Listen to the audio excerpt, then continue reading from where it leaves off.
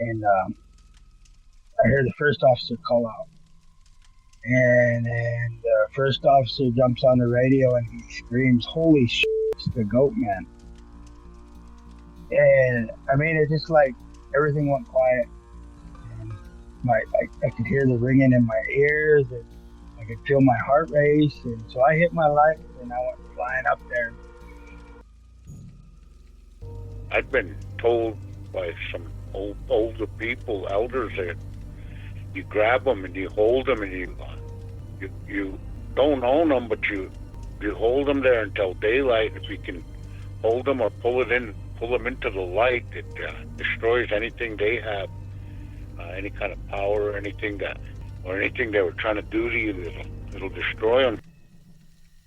This guy was like bouncing, like, you know, like how you see people kind of getting ready to jig, you know how they kind of bounce? Yeah, he was like that way. He was just kind of bouncing, and he was just kind of going back and forth on one foot to the other.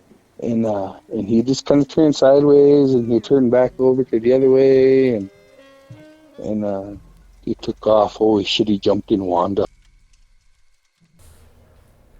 Welcome back, everyone. You're listening to Lodge Tales, and I'm your host, Rod Williamson.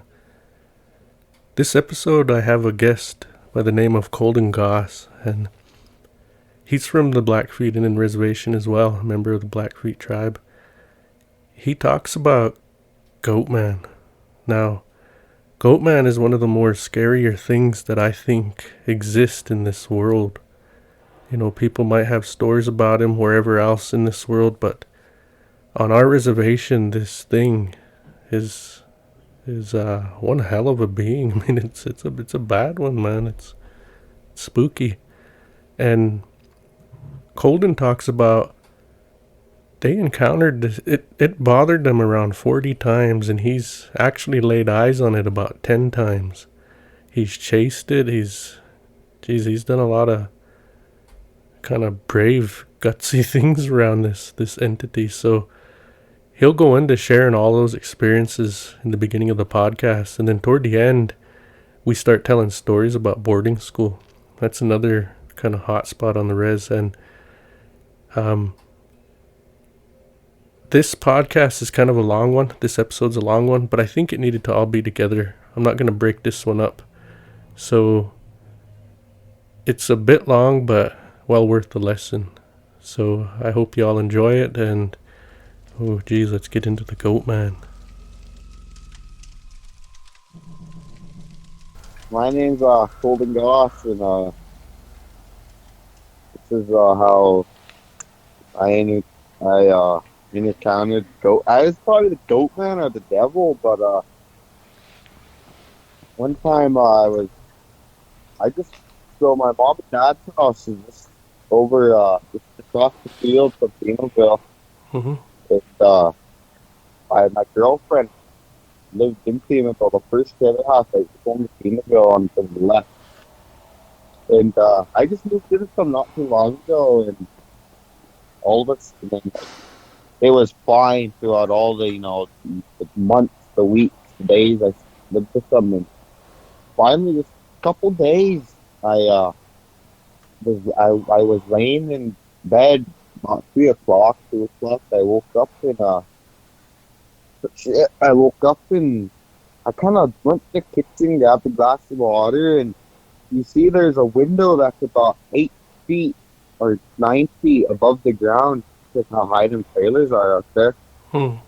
There's a window about that high, and you gotta be a really tall person to see, and the window's over the sink. So I grabbed a glass of water, just looking out. And usually I look out that window because it shines on the road. There's one street lamp that shines right there, and I look and shit, all of a sudden I see these eyes, these like really glowy eyes, just like a deer, when the light reflects into the deer's eye, it shines back. Yeah.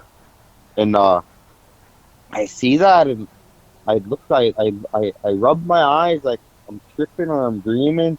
I pinch myself, and I look again. It's still looking at me, just staring, and I freeze and like my body just drops and it's like everything just like my ears start ringing and I just kind of got really scared. So I took off back to my girlfriend's room and I told her and I was sitting there panicking. So we called the cops and the cops come out and they come out there and I described what I saw, how big the eyes, but to be honest with you, it was just like a human, but on the other side, it looked like a fur or something. And so the cops come out, they look all over the place, they don't see nothing, they just kind of, they just kind of look around and see if there's footprints. Well, at that one part, it's just like you take your sock off. Yeah. And you go out and step in mud. It was just like that by that window, but there was only one footprint, not two. And but it was like somebody's running around there barefoot. So I went back, laid down, and I couldn't sleep. I kept thinking about it, and then all of a sudden I can so my window's really thin because in the trailers are really thin windows. And I can hear breathing, like, and I got up and I kept hearing it. And I thought that ain't a dog, because if it's a dog, then it must be her or something. And I can hear tapping on my window, just like it light tap, and it got louder, and then it got louder, and then it got louder, and I got up and I took off to the living room, took off outside, and ran right to that spot. And there's that footprint again. Or there was only one, but you couldn't see there was only one right footprint on every one of these occasions. Weird. And so I go back in and I'm really tripped out. Like I can't sleep and I'm just scared. And finally I lay down and I go to bed, and it's the next morning, and so I kind of just go outside and check around and stuff, and I took a picture of them 2 feet I found, and I was gonna go and show some the cost, but shit, I couldn't find them on my phone. So I messed around that day, I kind of really stood my ground at my house, and finally it was the night, and I was kind of thinking, this has just been somebody kind of mess with me. So I lay back down, and it's about 2 or 3 o'clock again, and I can hear something running around the house, like all on like like a horse. You know how a horse gallops? Yeah. I can hear that running around the house, and I'm thinking, I got up really quick, and I thought, what's going on? Is there a horse outside, or is there horses around here? And so I get up, and I can still hear it, and I can still hear that same breathing. And finally, I get up, and it's like I just had the ugliest feeling, like someone was just telling me, just lay back down and let it be. And I just couldn't, because whatever, it was kind of, it was scaring, my girlfriend's grandma, my girlfriend and her little brother, like I woke them up and stuff. And I go outside, I grab my baseball bat, I go outside, and right when you come off my porch, there's a little mud spot right there. And there's that left footprint again. But this time there was like a hand or some type of print, kind of like ways from it, like a leap. And right then and there, that's when I kind of got scared. I got chills. That's when I kind of got scared, because I was thinking, is there like a zombie or like a human running around my house?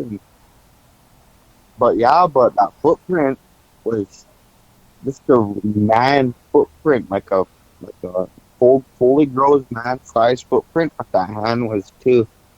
And you could see how far apart this thing was because the footprint had looked like the toes sunk in, and you can only see the heel part, and then the hand was right there. And I kind of got scared, so I kind of have a fence around my place, so the backyard, it's really dark back there, you can't see, but there's only one little light that shines in the corner, so I go back in and I just shut the door and go lay down, and it's 3 o'clock, or it's 3, and all of a sudden I can hear stuff outside on my back porch. In my back porch woods, so you can hear like something, like something walking up it, walking around, and I opened my back door, and kind of walked. I kind of got scared, so I kind of peeked out, and you could see whatever this thing was. It was about 8 feet tall, 7 feet, but you could see the back of it kind of going around that house corner. And I walk out, and I have my baseball bat, and I kind of be really quiet. And right where I said that light, you could see where the corner of that light is the only light that shines. I peeked around my house, and shit, there it was. It was probably 8 feet, 9 feet, 8 feet tall, and I start from the bottom, and I looked up, and by the time I looked up, he's just looking at me, and his hands are like dark. His hands are like, kind of bent, like how these pictures are on Google you see these days of him, like Goatman, and how his hands are like skirts, like out and like bent in. Yeah. Well, his hands are like that, and he's looking right at me, and my heart drops, my body freezes, my ears ring. There's just pressure going to my stomach, pressure going to my chest, and it just got like, like everything just kind of went blank, and I focused on him. But I can only, like I said, all I seen was a human, but on the other side, it was black because of the way he was standing at the light. So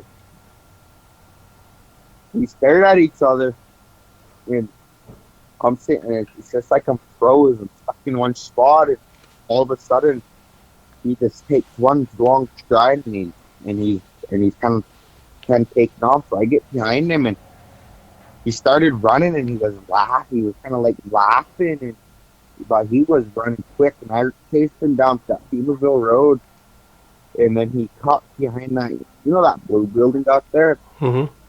He cut behind that, and he kind of took off towards the track, but I kind of stayed up to him, and all of a sudden, but the way he ran is he ran high up, so he ran high, so he'd stride high, and I kept thinking this ain't a human, this ain't a human, this is Goatman, or this is the devil. And finally, he takes off, and I lose him, but in the distance, you can hear him still laughing and like screaming, like he's having fun doing this. And I go back in, and I'm really shook up, and I'm scared, and so I call the cops again. They come out, and I bring them outside, describe what I showed them in this, and they're all sitting there bug-eyed, and like the eyes are huge, and they're like, "Wait, are you sure you're chasing the human?" I said, "You guys, I think I'm chasing Goatman." And they said, "What?" And I said, "I'm chasing the Goatman, or I'm chasing the devil." And they kind of seemed like I was crazy, and I said, but no, it's pretty wicked, but where he was standing there was mud, and then but finally you can kind of see that print of a hoof and then a foot. But you really couldn't tell because of the foot was in mud, but the other foot, but it was kind of on cement because I had a cement padding back there, and you could kind of either tell it was another foot or it was a hoof, but it kind of looked like a hoof to me. So the cops looked around, they stayed out there for about 25 minutes, an hour, had all their lights, and then they said, "Oh, there's nothing." Colden, let's just head out. We're gonna head out. We're on speed dial. Like, all right, guys.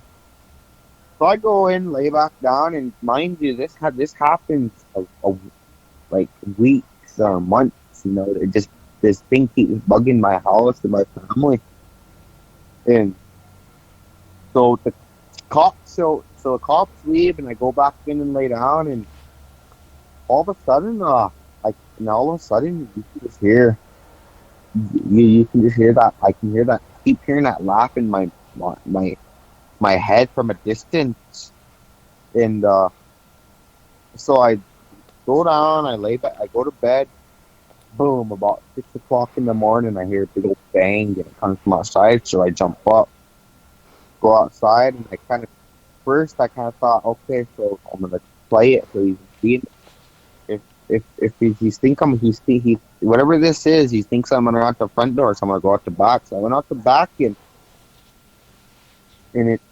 he was just walking back to my place. He was creeping in the ditches, and I kind of watched him creep in the ditches back to my house, and I kind of got scared, like how you get really scared and your eyes start watering, and yeah, I can see this thing on 4 kind of striding back to my house, and I looked and I looked again, so I kind of walked back to my back door, and you can hear it. You can hear scratching on stuff, and so I kind of ran around that corner, and there it was again. So 6 o'clock, it's kind of daylight around that time, and this was last year, 2023, around May or April. Mm-hmm. And you could kind of see, but it was kind of dark still. And when I took off on that corner, there it was, and there's my truck, and there's my girlfriend's grandma's car, and it took off, man. It leaped, and I chased it again across down by the tracks again, and it started laughing and just basically doing tricks while running. And I was really shocked, and I didn't want to tell nobody, and I tried to tell my girlfriend, but she just didn't want to hear it because we already knew what I was chasing, and so it's about a week later from that, and them other couple days were all good, I had nothing messing with me, we had good night sleeps, and I was thinking, okay, so it left. It's gone. It's gone. But and then, so it was about Friday night. We were all going. I got home. I forgot what I was doing, but I got home kind of late, and I was gonna go in and kind of eat dinner and relax and probably take a nap, and all of a sudden I kind of fell asleep, and it was about 1, 2-ish, or it was 3 again, and I can hear this bang just walking around my house, and I got wood. I had lumber on the side of my house, and I had tin. So the wind ain't blowing, it's just calm out, but you can hear something breathing again. You can hear that it felt like a foot and something hard walking on that wood. Then all of a sudden you can hear boom. Hear that pin. You can just hear a bang on that pin, and it woke almost everybody up. And I walk outside and nothing, and I think if this thing's around here, I'm gonna be brave enough and go look for it. And so I grabbed my gun. So I thought, I'm gonna start taking my gun with me, and I loaded a shell in it, and I think it was a 30-06. Yeah, I loaded a shell, and I took it off safety, and I kind of walked around that corner where my window is, and there's that footprint again. I kind of walked to that pin. There's that footprint again, and I kind of walked around the corner, and there's that footprint again, and there's that, and there's Goatman. I will call him. We'll just call him Goatman. There he is, kind of leaping away to the pavilion, and I look in that scope, and I can see a little speck on his head or something, and I can see but I just couldn't see the other side. It was just black, but I could see the human side of him. But but he didn't have no hair on one side. See, he was bald. It looked like, but like I said, I can see a little speck, as I can see, like there was something poking out of his head, and I thought it was a hat, and I really zoomed in on my scope, and no, it was like a little sharp thing. And I looked, and it was just leaping away, laughing again to the pavilion, and I kind of got tripped out because I kind of thought I was dreaming, or I was hallucinating, or I was just seeing stuff. And nope, my girlfriend's grandma said that she heard everything too, and my girlfriend just heard everything too, and then this friend that was staying there said he can hear everything too. And it kind of scares me talking about it, because it's just kind of like there ain't that many people that can witness that stuff. Mm-hmm. And but no, and then all of a sudden, about a couple days later, it was kind of a cold night, and I was kind of same thing. I go in, kind of watch TV, and I kind of go to bed, and you see these. It happened at 3:00 every night. Oh. And it was 3:00 again, and I kind of talk to some people, and they say, "Oh, 3:00's the devil's hour." And I look at them, I say, "What?" And they say, "Yeah, it's the devil's hour." And I go to my papa, and he says, "Yeah, it's the devil hour." So I call my papa, and that night, my grandpa, and I kind of talked to him, and he's like, "Have you been getting messed by that figure?" I said, "No." He said, "Yeah, I know. I've been hearing them cops on their scanners. That one night they went out, and they kind of said they were going down to beat the coulee, and then all of a sudden their scanners start glitching, and they said that their lights start going off and on." And I said, "Really?" And he said, "Yeah, it's pretty spooky." And I said, "Whatever this is, but and I kind of told him, it's a demon or it's Goatman." And he kind of laughed at me, it's kind of hard for people to believe you around here unless you really have proof. Mm-hmm. And, that's why I didn't tell my story, but that's where I was. It was another night. It was about a Thursday night that next day, it was a week. And it was about a Thursday or Wednesday, and it was at 3:00. And see, I always woke up at 3 for some reason during this time.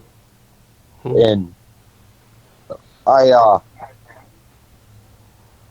just kind of laid there, got on my phone, turned on my side, and all you can hear is boom, boom, boom, boom, something bang on the side of that house. And I'm like, no, this is it. Here, this is going to be the final night. This is going to mess with me. So I grab my gun, run outside, and boom, boom, boom, boom. And by the time I get to the door, I could still hear it. Boom, boom, boom, boom, boom, boom. This time it was getting longer and it was getting louder. So I went around the corner and I couldn't see nothing. Nothing was there, and I'm like, and my girlfriend and I, they're all up. So I walk around the house. There's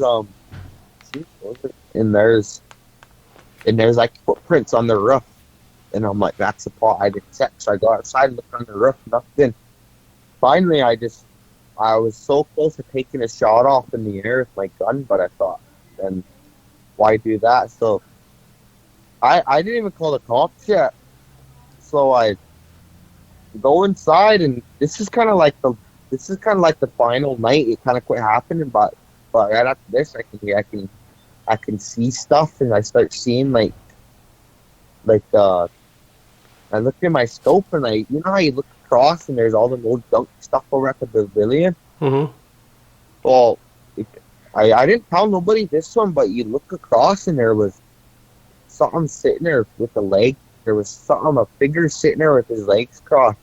You know, like how a kid sits in You know, like how a kid sits out on a bench with his legs crossed and he sings them? Mm-hmm. That's what this figure was doing, and his hands were in his lap, and he was looking right at me, straight across, and oh my, I got, and it was swinging, they were swinging good, and it looks like he was laughing, and, you know, kind of, you know, like twiddling his fingers, and I got really scared, and I thought to myself, should I just shoot this thing right now? And all of a sudden, it looked like I was just looking at it, and all of a sudden, it was just walking towards me. And it started walking, it started kind of running towards me, and I kind of take off inside, and I didn't tell nobody. I kind of locked the door, and I go back, and I lay down, and I go under covers, and I'm sitting there crying because I've never ever witnessed anything like this.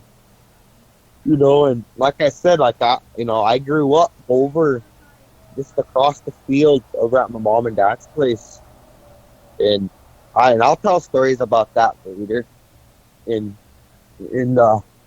yeah, and this thing just comes walking towards me, and I look and I just kind of peek out my pillow, and I look out that window, and boom, there's them eyes again looking right at me in that window, and I'm in bed.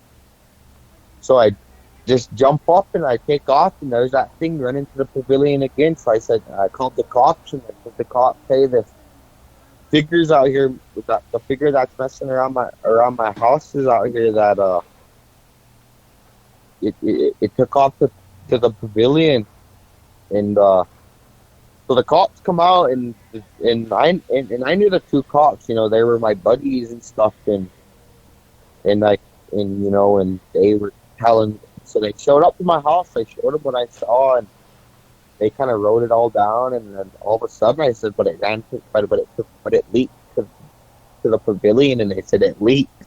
I said, "Yeah, it leaked." And their eyes just got big and dropped, and they just got pale white.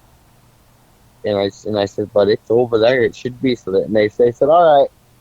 So they pull over there, and I watch them out my window. I don't even dare step outside. And then I kind of see they shine their light on it, and they kind of get out, walk over there, and they said nothing. I said, all right, well, I'll just call if I see it again. And that cop said, just shoot it or hit it. And I said, all right, well, you told me I can shoot it. So it was about a week later, and it was about 3 o'clock again of Monday night, and it was really strange because of the times this thing would come out and mess with us.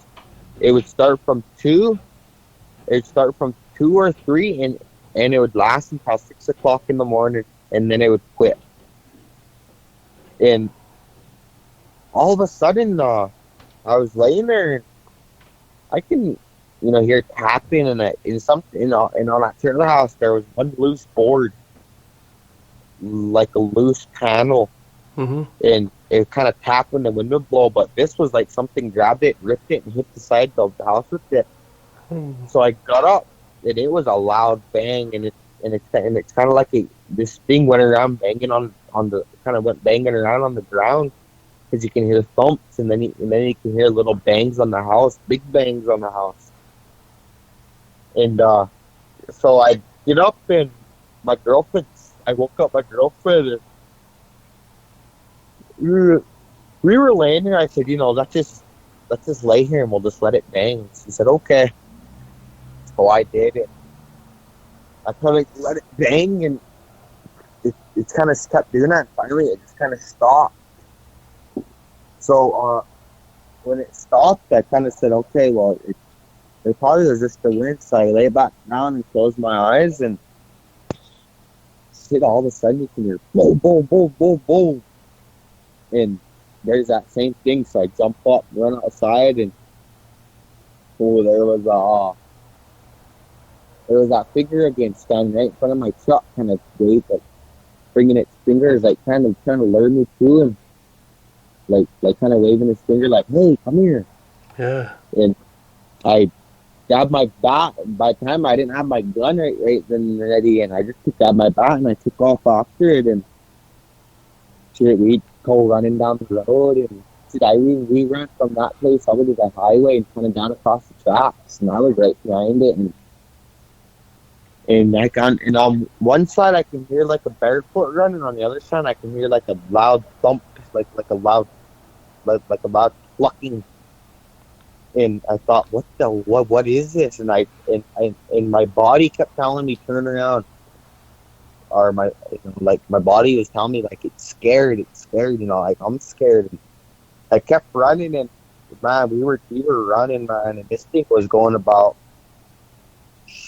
15 to 16 miles per hour, and I couldn't even catch up, but I could see it in the distance kind of turn towards the blue building on the highway and take the ditch across the track. So I took off and did the same thing, and right then and there I thought, this is, I'm gonna kind of disappeared, and I said I'm gonna start running back to my house.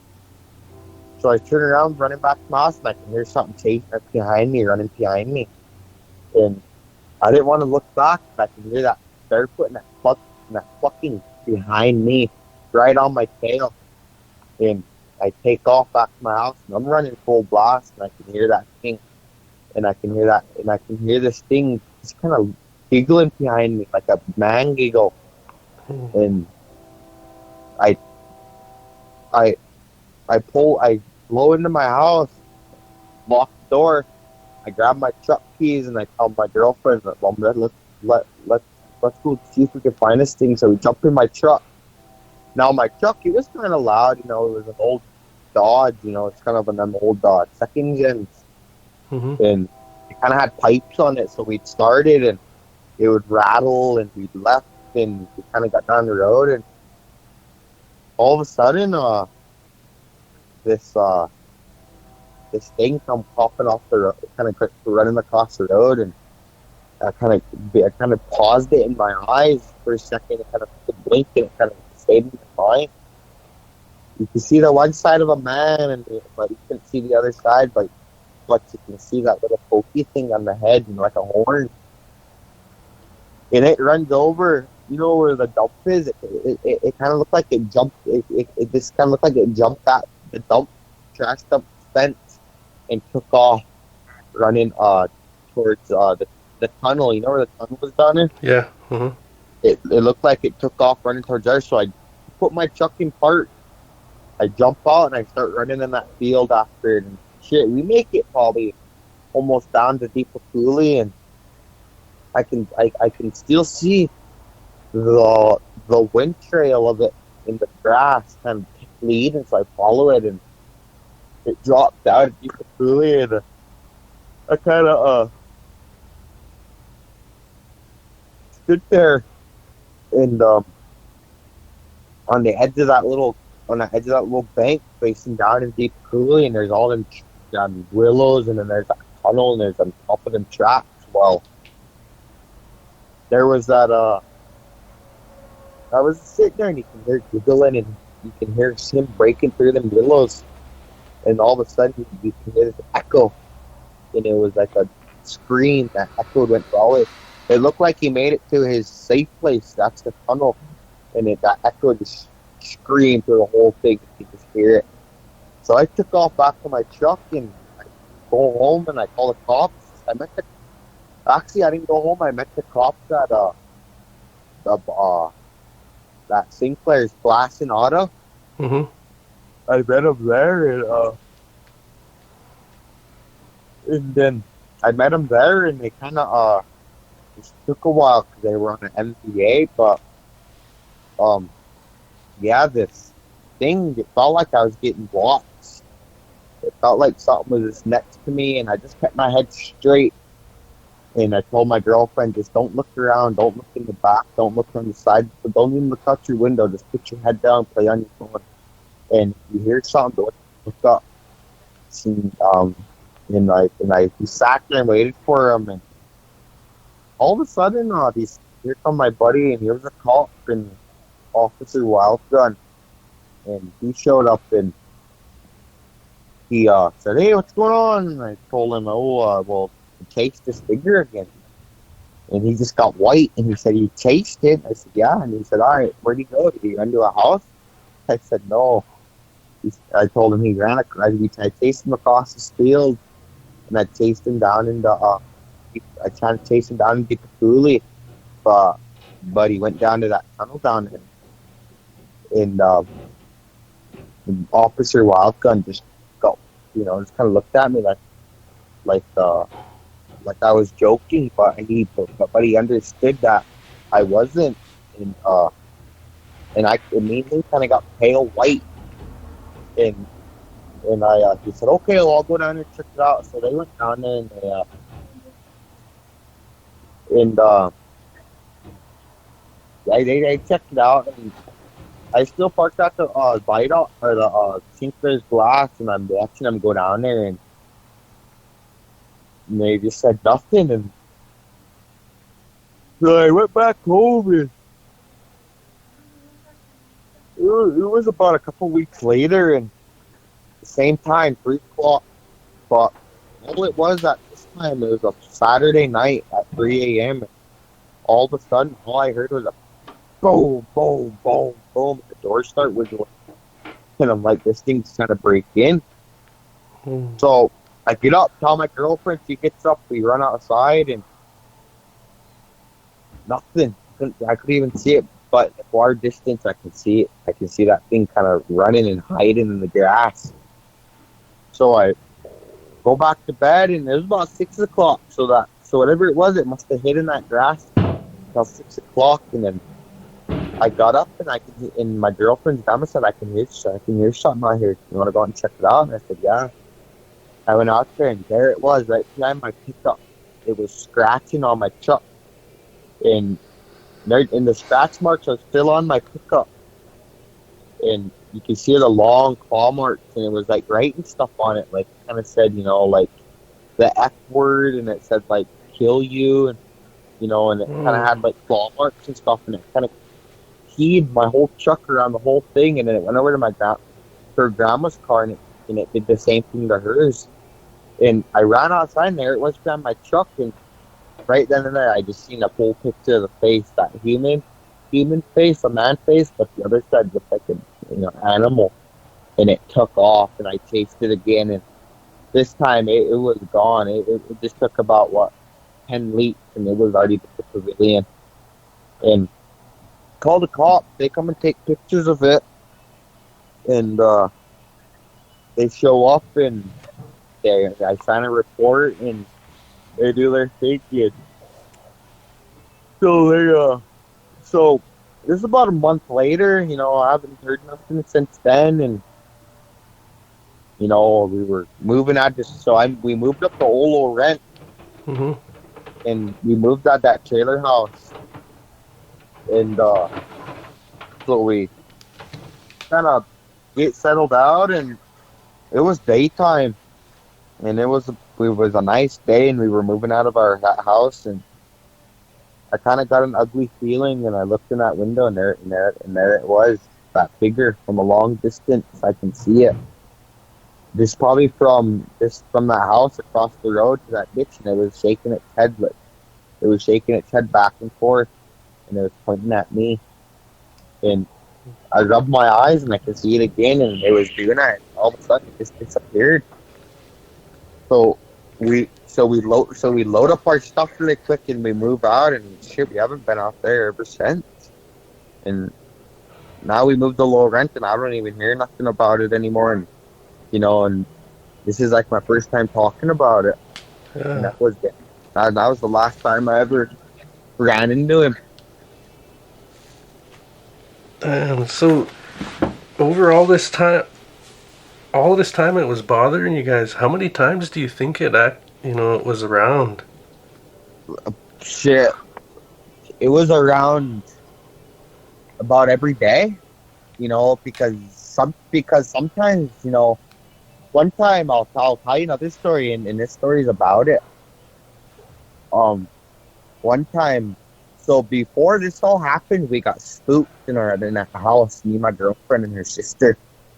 We were in there, and I snowmobile, so I had my helmets on the wall. And we were all in the living room. We were watching a movie, and we were like, "Oh, so let's go to the store." And I forgot my truck was broke down. So we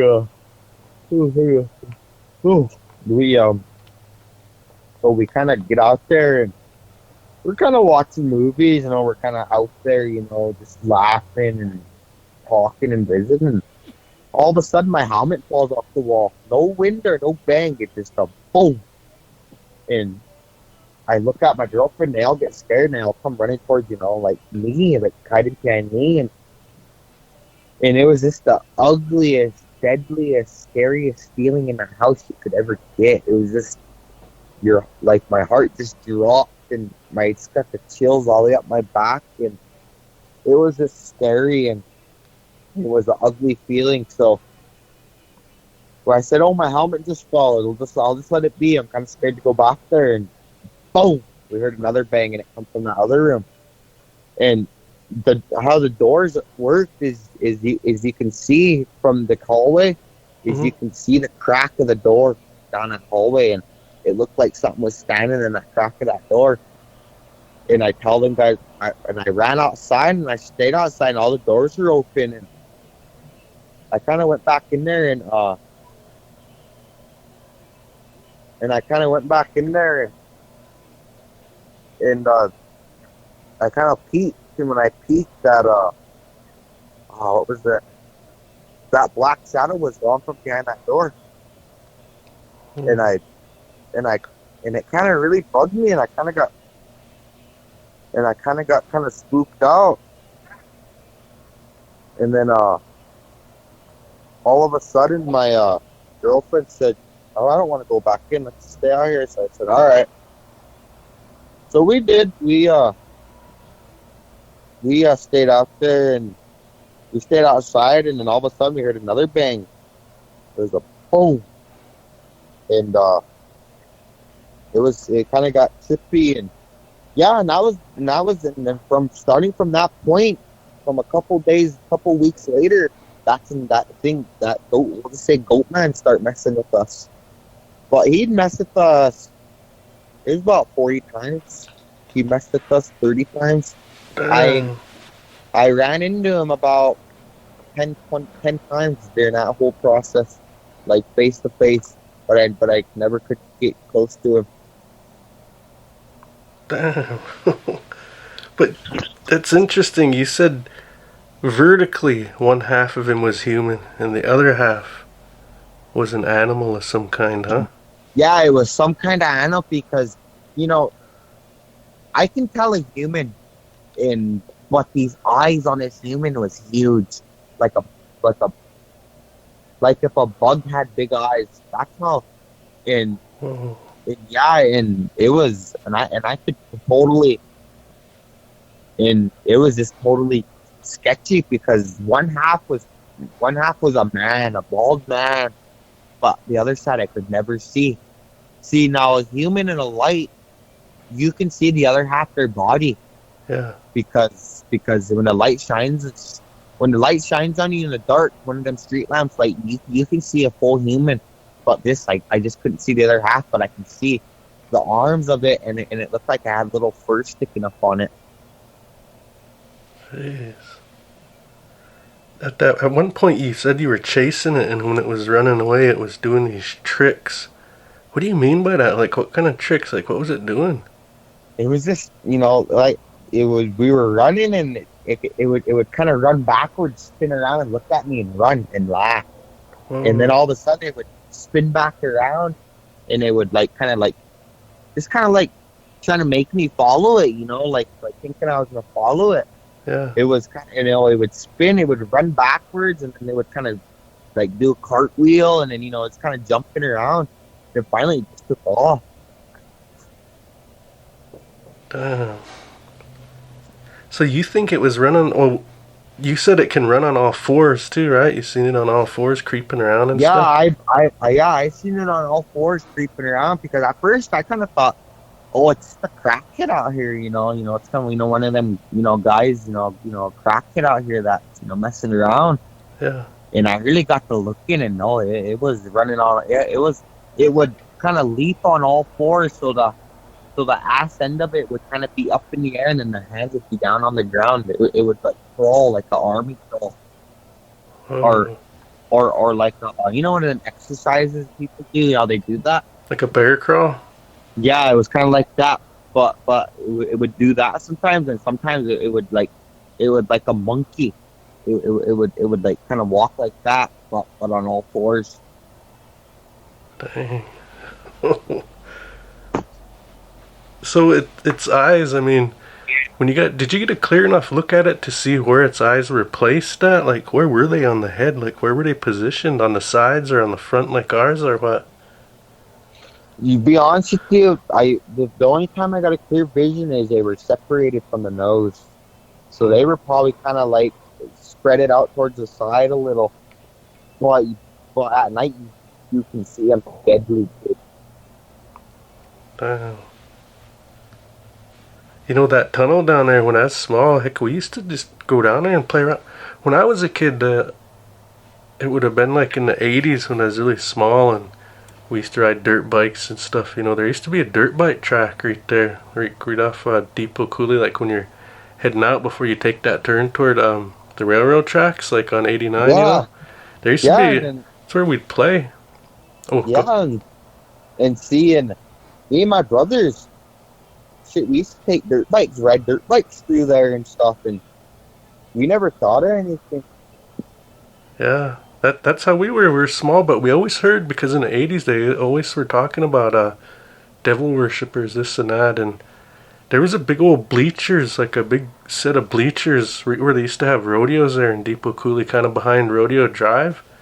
Yeah. Just right there, and I remember there was a bunch of stuff always written there, like, you know, evil looking things like pentagrams and things I didn't understand were written underneath it. And I remember hearing stories of that thing hanging out right there, and then we didn't think nothing of it ourselves. It was daylight, and a couple of my friends and I, we'd walk, just walking around, you know, because in them days you never had phones or anything, so we were always outside, and we followed that little creek all the way back up there one time, and it led to that tunnel, and we always heard stories that, yeah, don't go too far back there, that's where all those devil worshippers hang out. And we knew that, but we didn't really believe in it, and so we just went back there anyways. Yeah, that's just the same as me and my brothers, you know. We were tiny, had these fancy dirt bikes riding down in there, you know, and we would kind of jump in that creek, kind of lift them up in there and drive all the way down to that tunnel. But at the end, shit, it would kind of get spooky, so we'd have to back our bikes out there, and you know, and we would build jumps to jump them creeks, and we would, you know, walk down there. We would we'd make a fire down there, and we would just hang down there, you know. It was kind of like our little cool spot, you know. But and then after hearing all these stories about Goatman living down there and the devils living down there and these demons living down there, it's kind of like we just kind of stopped going there. If you were to guess, like, what do you think it is? Do you think it's a physical thing, or do you think it's a spirit, or do you think it's both? I think it's both, because, you know, I've lived on Browning my whole life, and, you know, I've witnessed, you know, these, I don't know how to call them, because on your podcast, you know, just kind of like, I'll just say, you know, these crackheads, you know, how they act. Mm-hmm. You know, I've you know, witnessed a lot of them, you know, like though, you know, like scary acting, but I've never ever witnessed. That's what I told myself. I never witnessed a crackhead this scary, you know. And no, and I knew it was a human, but it was something else, and it's spiritually and it's a, you know, it's you know, it's both. Hmm. Dang, man. Go ahead, sorry. Oh, it's okay. And it was, and you see, and it would only mess with my house, nobody else's. That's really weird that, geez, when would this have been? This would have been years ago, man, maybe 6-7 years ago. I was with my dad. He wanted to go to they were having a wake out at that Glacier Homes, that, you know, that wake center right there, and yeah, we were just sitting there, and my dad was talking to one of his buddies, and he said, hey, I'll tell you guys a story. So, alright. So, there was really nobody around. There was like maybe 2 other people in there, and just me, him, and that guy. And there was some people in that kitchen, but it's pretty bare. It was later anyways, and he started telling us his story. He says, hey man, he says, I've been taking care of some horses up by Femaville for this guy. And he didn't say who it was, but he said those hills back in there, to the south of the railroad tracks, some hills back in there. He says, he's got horses back in there. I was taking care of those horses for him. I want to say he was taking care of cows too. Must have been both. But he said, I start hearing stories about that place. He says, but I never really thought too much of it. He says, till one day I was riding back there, and he says, I was just going back. I was riding on horseback, and I was just going back, and he said those cross-country runners, they run from there. There's a part where they gotta run back that way somewhere. He said, and I seen them, and the way they were running, he says there was 2 of them. They looked like they were running away from something. And he was asking, hey, you guys alright? And they just shook their heads. They said, don't go back there. There's something back there. Don't go back there. And he said, well, that's where I had to go because it was, the livestock was back there. So he didn't, he kind of got scared, but he rode back there, but he was on high alert, just making sure he was watching everything. And he didn't see nothing back there. Nothing, there's nothing that showed itself or anything, but he would see those runners. I want to say he's seen them twice running from something back there. But somebody after that was telling him this story. He says, hey, we see you going back there. Don't, there's this old railroad cart thing that's kind of abandoned back there. He says, I don't know if it was on the tracks. I don't remember right. But there's like this railroad cart. And he says, this non-native guy, this white man, he says he's, it sounds crazy, but he's got that Goatman trapped in that cart. He said, so really be careful when you're around that way. And I don't know what that white guy does with him, but, he's got him trapped in there. That was the one weirdest kind of story I heard. And this guy's a cowboy, cowboys don't, for the most part, don't really bullshit around. No, they're serious. So, and you could tell it took him a lot to tell me and my dad that, because he was just sitting there and he really looked around before he started talking, and then he kind of got quiet and even hunched down on the table a little bit, kind of put his head down a little bit, and he was looking at us, telling us that story like he didn't want to be heard. Yeah, and I kind of believe that because like where you're talking about, it's kind of up behind where the windmill is, back in there. Mm-hmm. And my grandpa actually told me about that cart. Really? Because me and my brothers used to ride 4-wheelers way back there. Yeah. And one time he told us, don't ride back there anymore, or you won't be coming back. And we looked at him like he was joking. No, he was dead serious. Oh. Dang, man. I mean, that thing that's around our town is very, very powerful. Yeah, jeez. And the people I worry about are the ones where they just built those new houses by the housing up on that hill right there that just overlooks that tunnel. Oh yeah, and that's when when I used to live over there, I used to look across. When I used to stay in Femaville, I used to look across and I used to think, man, I wonder if anybody's got scooped over there.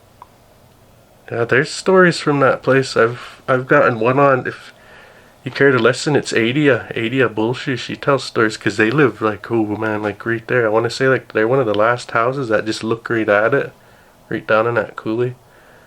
They're close to that side of it. So she has a few stories about that house, but it's nothing to do with the Goatman. But she's got some stories about that. Something that followed her one time all the way up to that house from downtown, and just things like that. But no, that whole area is pretty bad, for that thing that's there.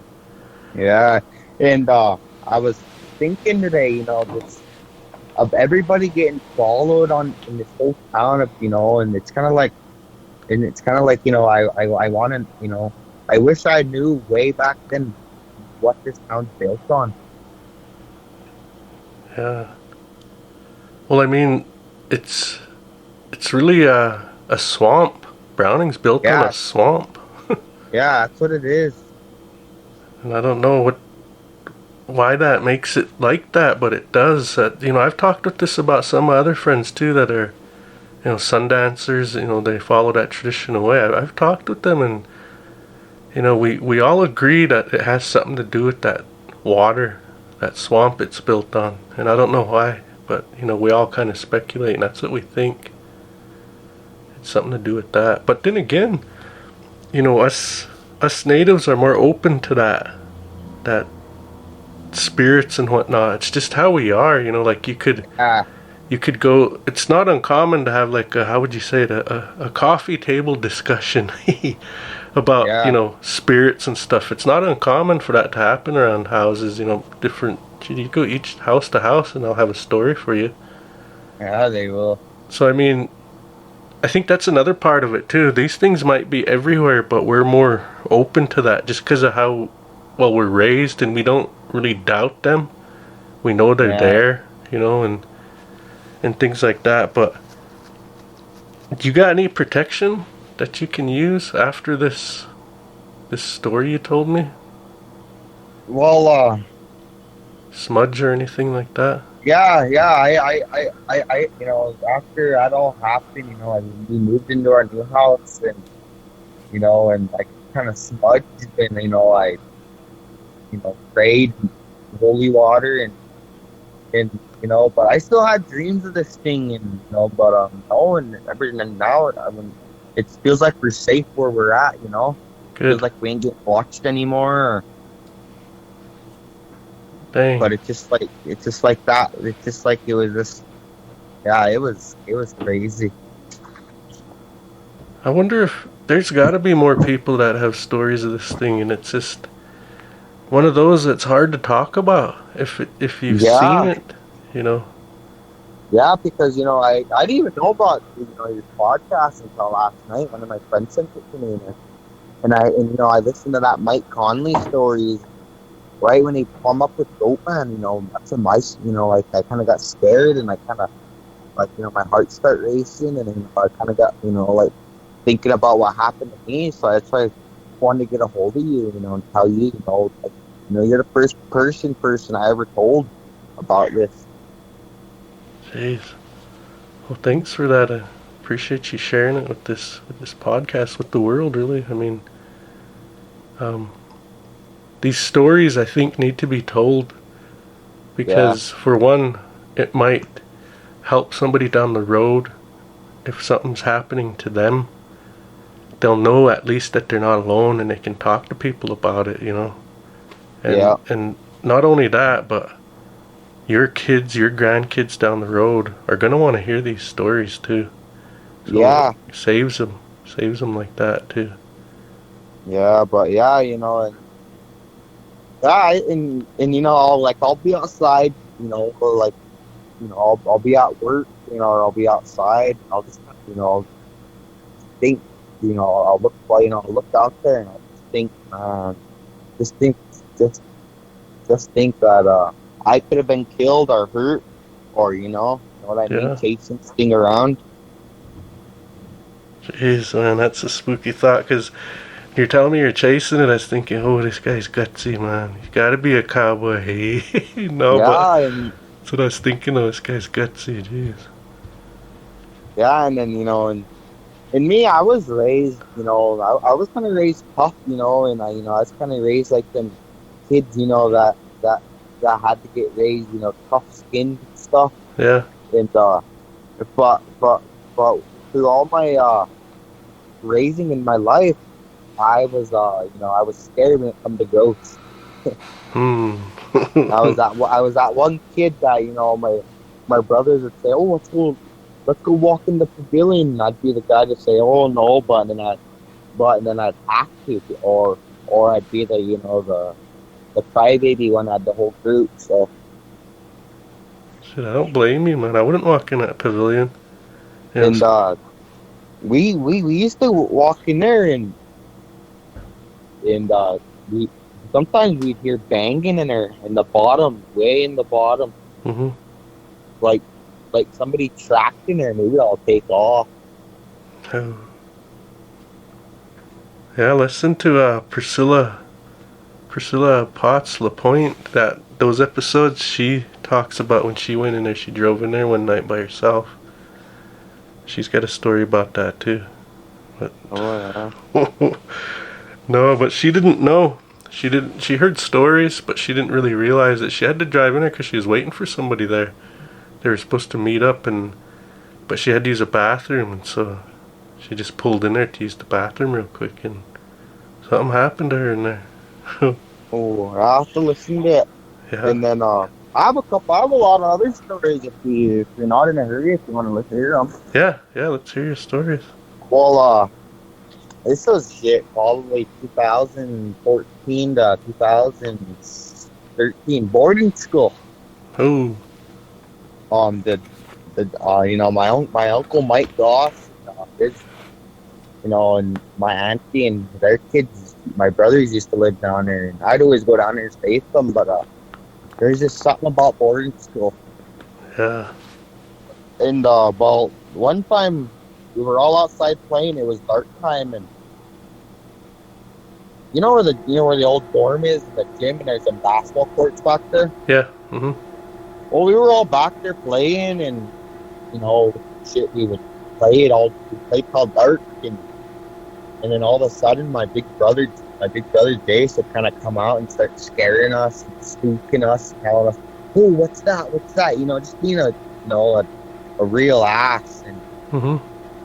so one time we were all playing basketball up down there, and we all had ugly feelings because we didn't like it down there because of it was scary. And so we got done playing basketball, and my brother told me, "Colden, grab that ball." And I said, "All right." So I went over and grabbed it, and it rolled to that window. And it rolled to that first window on that dorm, and I looked in there, and there's a lady right there. Oh.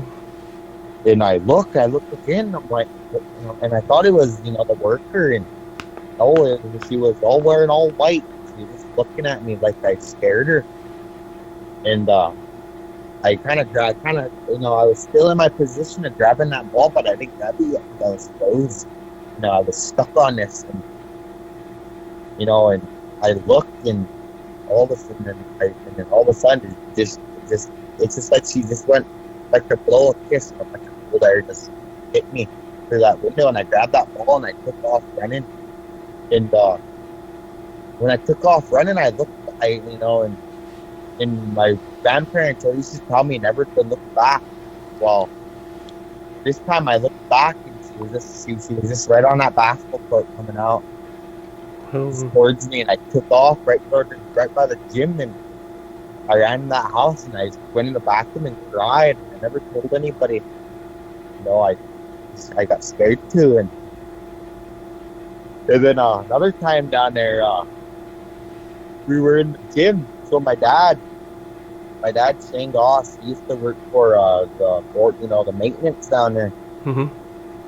So he'd have to go in there and the gym and turn it all on. But the only thing sucked about going in that gym is the light switch and the breaker box is across the gym. Yeah. Yep. So you'd have to kind of put whatever you're wearing in sport mode and fly across there and switch everything on and hope and pray you don't get spooked. Yeah. Well, one time we got a call and you had to go down there. It was about 10 o'clock. And so I told him, "I'm going to come with you, Dad." He said, "All right." So we left, and we got down there, and right when you walk in there, you go to that first door and there's some steps, and then you open the other door and there's the gym and there's all them concessions and there's like the little rooms. Mhm. We go in there, and he pulls out his flashlight and he shines it in there, and there's a ball just in the air floating. Oh. And we all froze, and I looked at him, and he was pale white. He said, "Don't talk." And I kind of got scared. So I'm just a little tiny guy, I'm about 10 or 8. So I kind of go up and latch onto his leg, and he kind of said, "Well, grab my hand and squeeze it tight," and we'll just kind of walk it through this gym. So we kind of make it towards the middle, and that ball drops, boom, and it just pops. Oh. So he bolted across, he turned that light on, and I remember the lights used to take forever to turn on. They had to warm up. Yeah. So he'd flip them on, and we stand right at that breaker box. He'd shine his light each direction. And he was really, he was really hot. He was really aware of his grip. And so we go in there and we found the problem of the.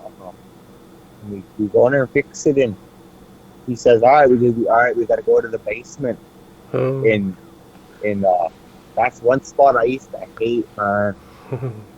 And we went down there, and the basement, I forgot. Yeah, it was my dad. I think the basement door, that door just slammed shut on us behind us, and in my head, I was just thinking, it's the wind, and just kind of playing it cool, not to get scared.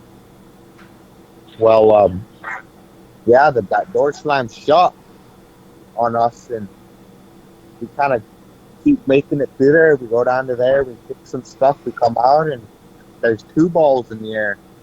What? Floating. Yeah, 2 balls in the air floating, and my dad's like, all right, shut these lights off, we're getting out of here. And we said, all right. So we shut some lights off, and I'm faced that breaker box, and face up. We turn around, and them balls are right in front of us, floating just about in our nose. Oh shit! And I kind of scream, and we kind of make it toward that door, and it just sounded like these old Indians playing basketball, and it really you can hear like these shoes squeaking, and these balls bouncing, getting past one person, the other person, and finally my dad yells, "Hey!" And all of a sudden that ball stopped, and it popped, and that's when we just take off. Shit. And then another time, them houses back there. There's one house back there. I forgot what house it was, but it's one of them log cabins. It's still there. And one time, me and my brother were driving. It was winter, so they had snowmobiles. So we were back. He was pulling us back there. He was pulling us back there. I accidentally fell off. And I thought I did, but I got pulled off by something. And see, the way I got pulled off is I got pulled off quietly and quickly, where they didn't even tell I got pulled off. They thought I was my other brother thought I was still on the sled with them. And then when I got pulled off right in front of that log cabin, and that log house, and I look away, and my brother Keenan's still talking to somebody, like he's still looking like he's talking to somebody. Yeah. And so I got pulled off, and I'm trying to, I start crying in that one spot because I didn't want to walk around the house. And so they lived in the house, right when you first pull in there, that brown house, and then there was that green looking house, the one great when you first pull in, it's just straight in. Mm-hmm. They lived in that one, and they, like I said, I got pulled off in that, and see it, and one thing I never did was cut through that little backyard part of them houses. I never ever did that. So I kind of start walking, and I look back, and in that window there was an old man standing there. He kind of looked like a nun, one of them nun, a preacher. Yeah. And I kind of thought, oh, this guy must have seen me. This guy must have saw me fall off, and he just kept staring at me. He had the wickedest, deadliest stare. It kind of made me I kind of start crying the way he's staring at me. And I start walking, and them guys, they were already back by the gun range. They were already turning around, and I can hear them say, "Where's Colden? Where's Colden?" And they're like, "I don't know." So I start walking, and that I kind of look down to tie my shoe, and I look up, and there's that old man right in front of me. Oh. And he says, "Hey, son, do you need help?"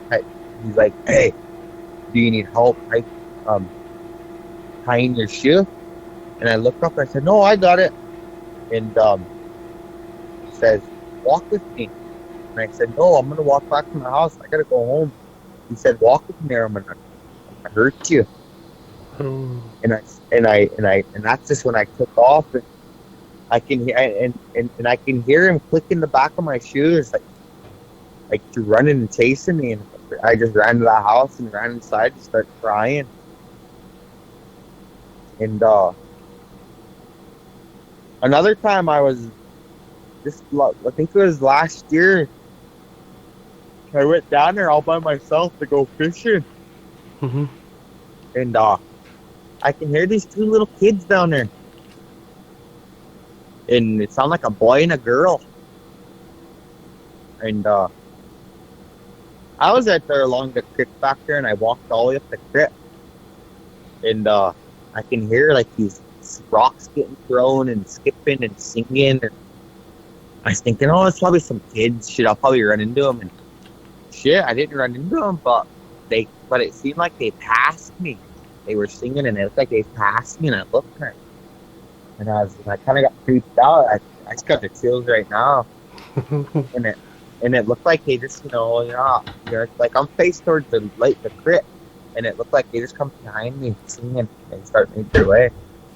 So I just keep fishing, and I turn around and start walking back to my truck, and there's this kid and this girl, this boy and this girl on the end of this bank, kind of swinging their feet, singing and throwing rocks. And I can see them clearly in person, and I was like, "Hey, you guys all right?" And they looked up, and they just keep singing, and they're louder, and my ears start ringing, and the louder they sang, the more my heart start pumping. And that one little girl's like, and I forgot what that little girl said, but she let out a scream, and that scream said like a shockwave.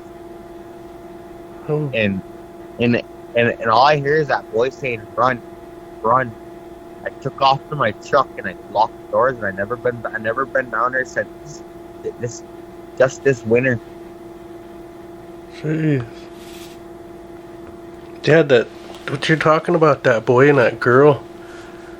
When we used to, because I used to go to boarding school down there in that old dorm, and remember the first night I went in there, I could hear them playing. They would play on that little boy's end in that back room, because there was just bunks were stacked back in there, but there was nobody that stayed back in those back 4 or so rooms. And there was a red exit light right there that would shine light in that area back there, and I thought they were kids just running around back there, like, us little boys. I thought there was us, and no, everybody was in their beds, and my bed was close to that hallway, and I could look down there and see. Just by laying there, just look down and see down there, and at first I never seen anything, and I could just hear their feet though slapping on the floor. They had that hard VCT tile all throughout there, and that's what I'd hear them running on. And I tried to look to see them, and finally I did. I seen the end part of first that boy, and then when they ran back across that thing, I seen that girl. And that's when I got scared, because I knew that wasn't real. Because everybody was in bed, man. Nobody got up. I was awake. Nobody's up playing back there. It was right before I fell asleep. And we used to all hear that at certain times, We'd all hear that, and we'd all get scared. We'd pile in those rooms together, and the matrons would get mad at us because we were not in our beds. So, they'd kick us back to our beds. And one night we just kept getting scared and kept piling in that one room, and the matron finally had enough, spanked us all, and made us go to our beds anyway. So, yeah, I've told that story before. We've been spanked and spooked all on that same night. That was a miserable night. But Yeah, see, and that ain't the first time I ran into them little girl, to that little girl and that little boy. You know, I ran into them about 3 times. You know, I actually walked with that little girl when I was a kid. One time, she said, well, one time I got dropped off down there with my mom and dad. You know, I always used to get dropped off with my uncle and auntie down there. mm-hmm. And I never told nobody this story because I just forgot it. It just finally come back to my head. But you know, and you know, and you know, I really didn't tell nobody. You know, nobody really knows this story I hear. But no, I walked down there and you know, and I was kind of fighting with my brother. You know, cousins. You know, I kind of grew up with them, so I call them my brothers. Mm-hmm. And I was kind of fighting with them, so I'd kind of take off to do my own little thing. Well, it was about evening time. I was down by the creek. I was fishing, you know, all by myself. You know, I caught like 3 little fish, and I was just getting ready to bag them up and bring them back to the house because they were kind of, I can hear them yelling for me. And all of a sudden, this little girl come walking at the bush. You know, she said, "Hey," he said, "Hey, can you walk me home?" And I said, and I just looked at her and I said, "Yeah, I'm walking. Where do you live?" And she said, I live over there. I live at the door." I said, "Okay, I'll walk you home." So we start walking, and she, and I could tell something was wrong with her, and she wasn't normal. And all of a sudden, you know, we start walking, and then she just starts singing. And then we make it over there. We make it to the dorm. And then that little girl says, "Okay, thank you for walking me, but my brother wants to see you." And I said, "What?" And she said, "Yeah, my brother wants to see you." And so I waited there and nothing. And she kind of walked down the corridors. I walked around the corner and she was gone. And I turned around and her brother was on that swing just staring at me in a mean, dead stare. And I looked and I said, "Hey, you want to see me?" She said, "Leave, I'm going to kill you." Oh. And I said, "Oh, okay." So I start walking and yeah, all I can hear is "Leave." And it just echoed.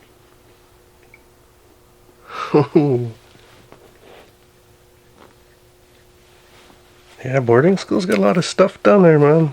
Even that one you were talking about, that old lady in white. Yeah. Those older kids used to talk about seeing her down by that river. One of them said they seen her under the water, like laying under there. Not floating away, just laying in one place, but underwater. Said they were walking by that bank and seen her down in there. Yeah, and that's what my Uncle Mike used to tell me. He used to say that he used to he's seen that a couple times. You know, they would hunt back there, Mm-hmm. and I've heard stories of that, of people seeing that old lady underwater. But I swam there last summer, and that's what I kind of thought of. But no, yeah, and then my mom used to go to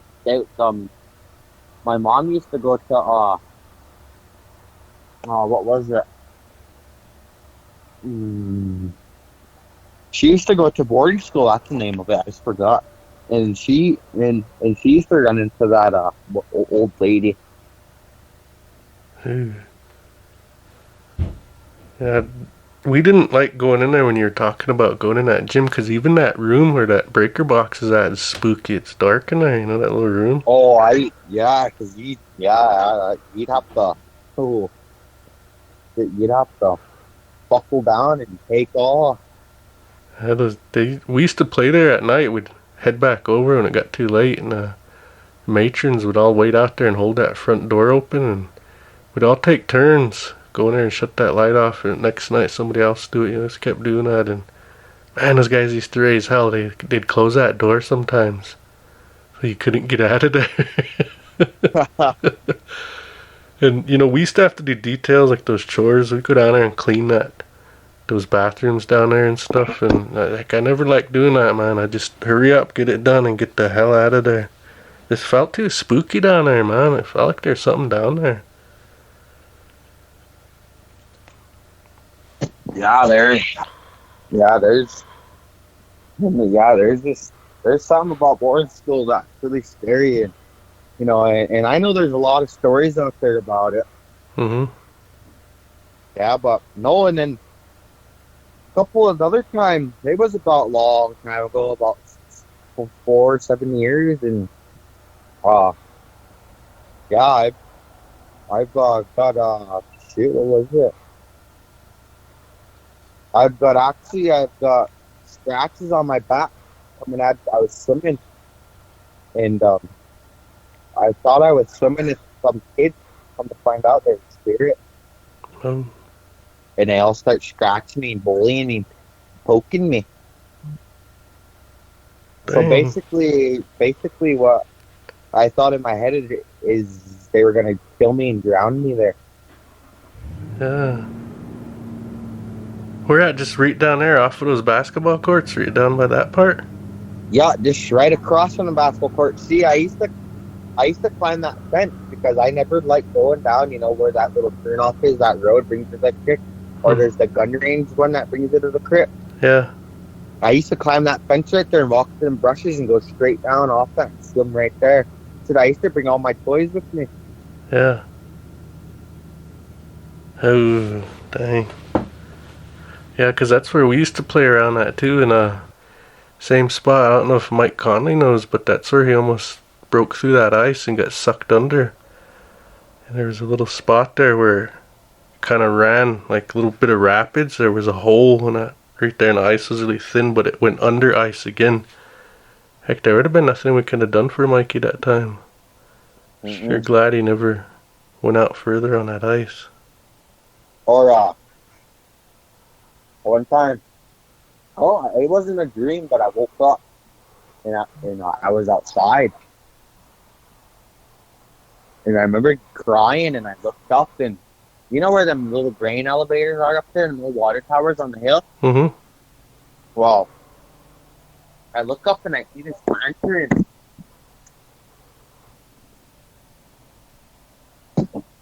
I see this lantern, and I got told a bunch of stories about the headless horseman. Mm-hmm. And I see this lantern, and I can hear this horse. You know how a horse cries sometimes, like when they get excited? Yeah. Like, I heard that on that hill, and it was about morning time, and I could see this horse and its eye up there.